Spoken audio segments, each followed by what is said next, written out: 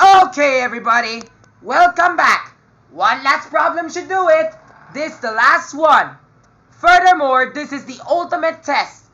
So give it your all. Kaya namin to. Let's do this. Okay? Here's the situation. My dad stayed overnight in a hotel. The room of this hotel is 540 square feet. Wow! Tingnan mo sa mga hotel rooms, di ba? Remember kapag mag-check-in ka, sometimes you also ask the bartender or the housekeeper, magkano yung space daw dito? Ganong kalawak in Filipino? That means how big is the space? Around mga square meters po. Yung mga ganon yung sagot. So it's 540 square feet. That's one example. There's also a bathroom with a perimeter of a number squared added by a number multiplied by 12, which is also being deducted by 9 inches. Yan. So there, and then in that room pa, astiga, meron silang bathroom such that the perimeter of the bathroom is a number squared added by a certified number, which is multiplied by 12, and then that number is being deducted by 9 inches. The bathroom's length measures 7x minus 3 inches, while its width is 6 times x inches. The length of one side of the room measures 2y minus 10 feet, while the width of the room measures y minus 2 feet. And the surface of the area of the entire hotel is 2,472 square feet. Now, answer the following questions below. Ayan, yun talaga yung tanong. So now, let's get through it. So, you get na the situation, ha? So now, let's answer the questions. This is a very complex, tricky question, ha? If you cannot answer this, okay lang yan. Because that's only for the sake of the Math Olympians. This is a tricky an Olympiad question talaga. Kaya good luck to us. Okay? Now, letter A. Solve for the surface area and volume of the hotel room such that it doesn't consist of the bathroom. Both of your answers should be in meters. Ayan. So, in this situation, di ba remember the hotel room is already given? Tama. And then, you need to solve for the surface area of the room such that hindi kailangan i-add yung bathroom. So, ganito yun. This is the blueprint that I made. So, you know naman, if you were to make just like what I said, maggawa ka ng blueprint para you can get the idea. So, di ba remember this the hotel room, tama? You see this rectangle here? Ito yung hotel room. Hotel room. Tama? Tapos yung dito, this is the bathroom. Di ba yun naman yung bathroom sa hotel rooms nasa takagilid, di ba? So, ito pa yung bathroom. Ito kung saan nalagay yung bathroom. Okay? Now, it's our job to solve for the surface area and volume. Okay? But what we do first, because we're given these random complexified algebraic equations, we can still solve for the answers by using some algebra. So, what do we do first? Actually, if I go to Microsoft Excel, nakita ko talaga yung solution ko dyan. The first thing that I did was, I did the area of the room. So, di ba remember the area of the room is 540 square feet. And we know that the length of the room is 2y minus 10 feet, while the width is y minus 2 feet. And you know naman the area, you know what the figure of this shape is? It's a square. So the area for a square is always length times width. So 2y minus 10 times y minus 2. Yan. Okay? So ito yung solution na ginawa ko. Yun. So this is how you solve for the area of the room. 2y minus 10 times y minus 2 is equivalent to 540. Then what you do here is, ito yung ginawa ko. Let's look at Microsoft Excel, and then what I did there is, we distribute. This becomes 2y squared, and then this becomes positive 20, negative 10y, this becomes negative 4y, combine in like terms, you get negative 14y. Then set it equal to 0, 540, shift it to the other side, you get negative 520, diba? And then you divide both sides by 2, everything, because we're going to factor, diba? So kung mag-factor tayo, we can divide everything by the GCF of 2. Hence, this leaves our answer to y squared minus 7y minus 260. Then we apply the quadratic equation. What two numbers can multiply together that yield you to negative 260, but add, and at the same time add to give you 7? So here's the puzzle. Do I remember I taught you this puzzle before, the cross method? I think it goes like this. 260 is above, then 7. Tama? Then what two numbers you multiply to give you 260 and that add to give you 7? How about 20 and 13? 20 times 13 is 260. 20 and 13, 7. It matches. So that's our answer. You want to see the solution sheet? Ito na yun. And so that's the solution that I did here. Diba? So I showed you this a while ago. And then you should get this answer. This is the answer you're supposed to be getting. Y minus 20 and y plus 13. And therefore, the answer is y is equivalent to 20. So therefore, yun pa talaga yung sagot. Pero, don't think it's done yet because we still need to plug it into our equation. So, diba remember the y, this one, the y minus 2, this is 18. 18 feet. Tama. Then this one is 2y, 2 times 20 is 40, 30. 30 feet. So, ganito siya. Going to our table of values, as you can see here, the list of values, 2y minus 10 is 30 feet. While y minus 2 is 18 feet. Yun po talaga yung sagot. Okay? Pero we're not yet done. Kasi po we still have other things to do. The next step that we did is the bathroom. So, ganito kasi yun. Diba remember yung sa bathroom, we did this. Diba remember the bathroom is, what is the condition of the bathroom? Ito po yung bathroom, diba? The bathroom is, diba the perimeter of the bathroom is x squared plus 12x minus 9 inches. The width of the bathroom is 6 times x inches, while the length is 7 times 3 inches. Yun po talaga yung ginawa ko. So, moving to this equation, we did it this way. Remember to solve for the perimeter, it's 2L plus 2Y. So, ganito pa yung sagot. Okay? So, 6x plus 6x, that's equivalent to 2 times 6x, which will give you 2x. And then 7x plus 7x is 14x. 3 plus 3 is 6. So, yun po yung sagot.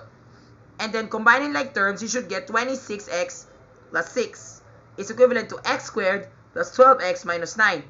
Shifting the numbers, 12 minus 26 is equivalent to negative 14. Then, negative 9 minus 6 is negative 15. You want to see the solution sheet? Yan, so ito yung formula ko. X squared plus 12x minus 9. And this is the perimeter. This one is the arguments. Alright? So that's what we did, diba? We distribute first. And then we set it equal to 0, which is this equation that you see here. Diba? So we combine like terms. Kasi nga diba remember yung 12x, we can just cross it out, which just leaves the 14x. Kasi nga ang ginawa ko dito, I did it this way. I add the 14x together. I combine it in the first place. Pero if you were to take it separately, pwede pa rin. Para the 12x and 12x will cancel, which just leaves 14x. Para direct na. Okay? So yun pa talaga yung sagot. And then we have x squared minus 14x minus 15. So again, applying the quadratic equation method, which is this cross method as you can see here. Ganito po yun yung procedure. Alright? So we have something like this. Remember this? This cross? We have 15 and 14. What's the number ba? Negative 14, negative 15. What two numbers that you can multiply together that yield you to negative 15 and that add to give you 14? I know it's 15 and 1. 15 times 1 is 15. 15 minus 1 is negative 14. So therefore, what is the sign? Negative 15 and 1. Negative times positive, negative. Negative minus positive, negative. Yun. So yun yung sagot. So the answer is x is equivalent to 15 or x plus 1. So x is negative 15. So we need to get x as the 15. So yun. Yung sagot. That is our answer. Alright? Wait lang I think I got the wrong solutions. Yan. So dapat 15 yan. Pero hindi pa tayo tapos. Kasi po diba remember, we should get 15. And that is the answer. Yeah, the answer is 396. Saan galing yung 396? Ito yung solution ko. 15 squared plus 12 times 15. That is the perimeter. Yan. So that is the perimeter of the hotel room. Of the bathroom. 396 inches. Tama? It also means the same thing here. When we did it this way, we should still get the same answer.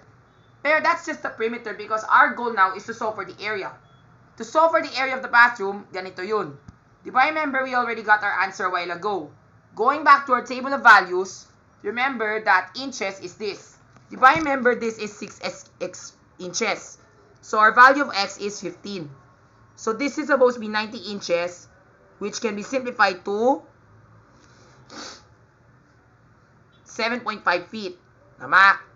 And then this one, 7x times 3 inches, 7 times 15 is 75. Then plus 105. Then plus 3 is 108. And that's 9 inches. So ganito kasi yun. Let's go to the conversion table. Yan. So that's our answer. Diba? Remember 90 inches and then 108 inches. Diba? That is our answer. Okay? And then we should get, for 108, this should be 9 feet. So 9 feet to. And then this one, this is supposed to be 7.5 feet. Yun. Okay? Now, the thing that you must do is to multiply together. So, 7.5 times 9. Madali lang yan. Going back to our equation right over here. Yan, the area of the bathroom is the product of the two numbers. You wanna see where did I get those two numbers? Ito yun. Yan, from the conversion that I did. Wait lang ah. Nakita mo dyan yung naka-highlight, yun talaga yung ginawa ko. I multiplied them both. And you should get the answer of 467.5. And then now we need to do is to get the area of the bedroom such that it does not consist of the bathroom. That's the reason why we have to convert that to feet, because the area of the bedroom is in feet, diba? So we need to convert that into feet din. So 540 minus 67.5. So yun po yung sagot, diba? We have to subtract. And we should get the area of the room as 472.5 square feet. Yun. That is the area of the bedroom such that it does not consist of the bathroom. Pero it still asks for the surface area and the volume. But yet, look at this. We don't have a third dimension. However, the clue is this. It says that we have a surface area of 2,472 square feet. And di ba remember when we play surface area, ito yun. Di ba remember there are 6 faces, di ba? So, we know that we already have this, di ba? 6 faces. We know that 18 times 30, that's one face, di ba? This one face. Then another face is the one here. Yung what you call this, yung height. But we don't have the height yet because the height is still not being depicted in the problem. So we only have the 2. 18 times 30. Tama? But that's only for 2. So we need to work it out for the others. But did you know the height has the same dimension? Kaya we'll just leave that to one number. So as you can see with the problem here, 2 times 30 times 18, that is for the top and bottom. And then for 2 times 30, W, if I remember 30W, that is the height. We do not know what the height is. The height is not being depicted. And then 2 times 18W, because that's another face, diba? So ganito siya. Yun. Although the height's not being depicted, but yet we can still solve for it. But how? First, we must multiply everything that we have. So 2 times 30 times 18 is equivalent to 1,080. Because 18 times 2 is 36. 36 times 3 is 108. Then add 0. Yan. 2 times 30 is 60. W. 2 times 18 is 36. Then combine like terms, we should get this answer. Then, we isolate the terms, and we should get W as 14.5. Yan. That is the answer when we divide it by 96. Ito po yung sagot. Okay? Now, last but not least, we already got na the dimension. But that is in feet. Tama ba? Yes, that is correct. Our width is in feet. And then all we have to do to get the volume is to multiply everything that we have. Multiply the base, multiply the 3 numbers, and we got our volume. Remember the base? It's the area of the room that does not consist of the bathroom, di ba? So ito yung formula namin. Where is it? Yan. So ito yun. The volume of the bedroom is this. This one times AA126. Where is it? AA126.